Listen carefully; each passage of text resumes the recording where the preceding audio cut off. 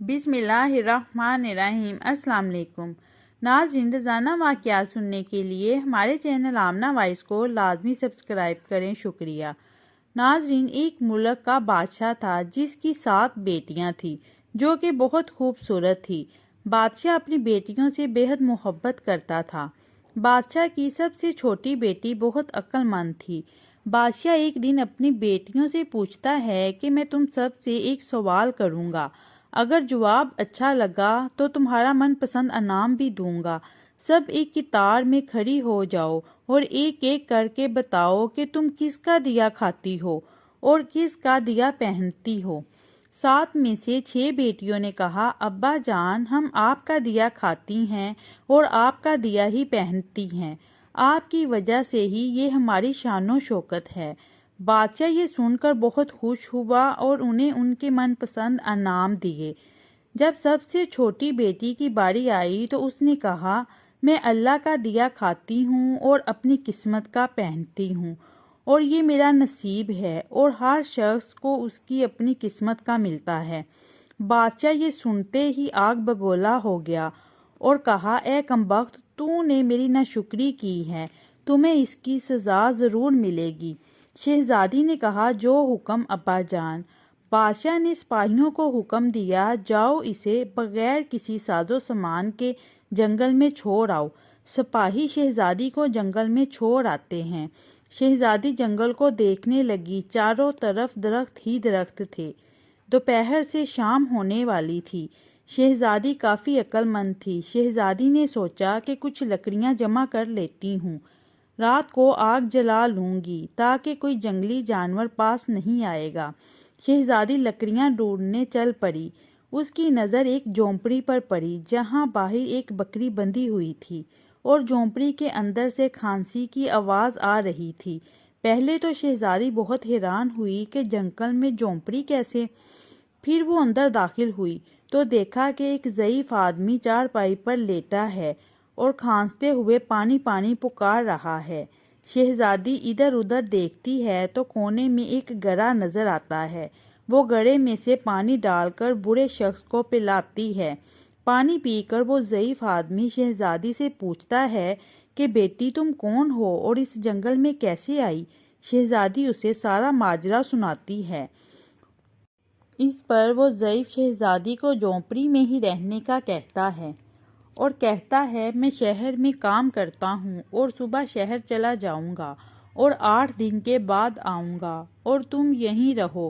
جھونپڑی میں کھانے کا سامان ہے اور پاس ہی ندی ہے، وہاں سے تم پانی بھر لیا کرنا۔ وہ آدمی صبح شہر چلا جاتا ہے اور شہزادی اکیلی جھونپڑی میں رہنے لگتی ہے۔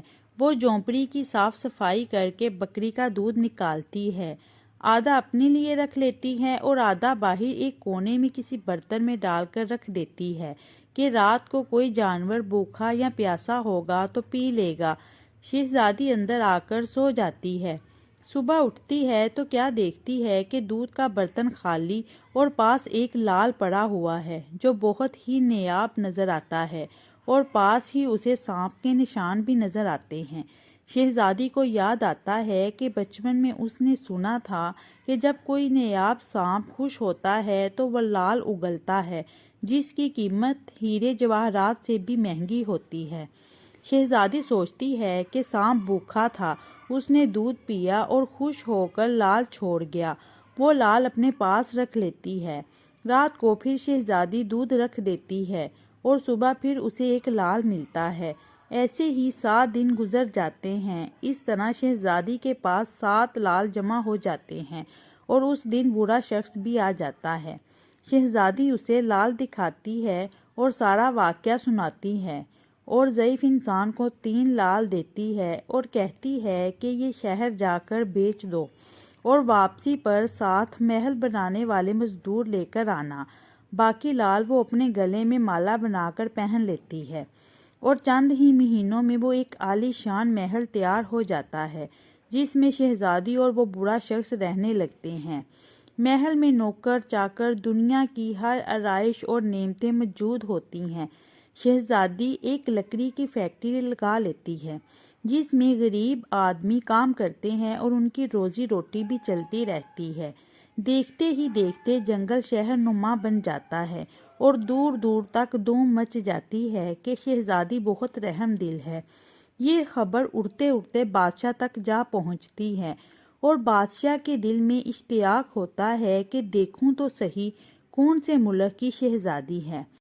بادشاہ سپاہیوں کے ہاتھ پیغام بھیجتا ہے شہزادی سے ملنے کا، تو شہزادی کے سپاہی جب شہزادی کو بتاتے ہیں تو شہزادی یہ حکم دیتی ہے کہ بادشاہ سلامت ایک ہی شرط پر ہم سے مل سکتے ہیں کہ وہ اپنی تمام بیٹیوں کے ساتھ آئے۔ بادشاہ مان جاتا ہے اور ایک دن اپنی تمام بیٹیوں کو ساتھ لے کر شہزادی کے محل آ جاتا ہے۔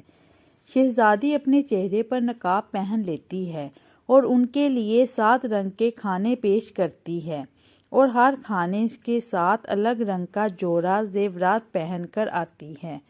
محل کی شان و شوکت، خوبصورتی اور شہزادی کا انداز بادشاہ اور شہزادیوں کو بھی بہت متاثر اور حیران کرتا ہے۔ آخر میں بادشاہ شہزادی سے کہہ ہی دیتا ہے کہ تم میری بیٹی کی جگہ پر ہو اور میں بھی تمہارے کہنے پر اپنی ساری بیٹیوں کے ساتھ آیا ہوں، پھر ہم سے یہ پردہ کس لیے؟ پھر شہزادی کہتی ہے کہ ٹھیک ہے، میں تیار ہو کر آتی ہوں۔ سب شہزادیاں آپس میں سرگوشی کرنے لگتی ہے کہ اتنی تو تیار ہے، اتنے مہنگے تو زیورات پہنے ہیں، اب اور کتنا تیار ہو کر آئے گی۔ تھوڑی دیر بعد کیا دیکھتی ہے کہ ایک خستہ حال کپڑوں میں کوئی آ رہا ہے۔ غور سے دیکھنے پر بادشاہ کو یاد آتا ہے کہ یہ تو میری چھوٹی بیٹی ہے جسے میں نے جنگل میں پھنکوا دیا تھا۔ میں نے تو سوچا تھا کہ اسے جنگلی جانور کھا گئے ہوں گے، یہ ابھی تک زندہ کیسے ہے؟ بادشاہ خوشی سے جھوم اٹھتا ہے اور کہتا ہے کہ شہزادی کو بلاؤ، میں تمہیں شہزادی سے آزاد کروا کر لے جاؤں گا، چاہے وہ تمہاری قیمت میں میری ساری بادشاہت مانگ لے۔ پھر شہزادی کہتی ہے کہ ابا حضور، میں ہی شہزادی ہوں، میں نہ کہتی تھی کہ میں اللہ کا دیا کھاتی ہوں اور اپنے نصیب کا پہنتی ہوں، بس اسی اللہ نے مجھے کہاں سے کہاں پہنچا دیا ہے کہ آج میں آپ سے بھی زیادہ امیر ہوں۔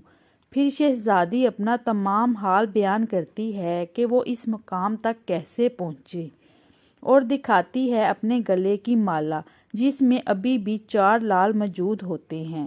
یہ سب سنتے ہی باقی سب شہزادیاں دل میں رشک کرنے لگتی ہیں اور سوچتی ہیں کہ اے کاش ہم نے بھی تب یہی کہا ہوتا کہ اللہ کا دیا کھاتی ہیں اور اپنے نصیب کا پہنتی ہے۔ بادشاہ کو اپنے کیے کا بہت پچھتاوا ہوتا ہے۔ ناظرین، بے شک دینے والی اللہ کی ذات ہے اور وہ اللہ جسے زندہ رکھنا چاہے، دنیا کی تمام مخلوق مل کر بھی اس کا کچھ نہیں بگاڑ سکتی۔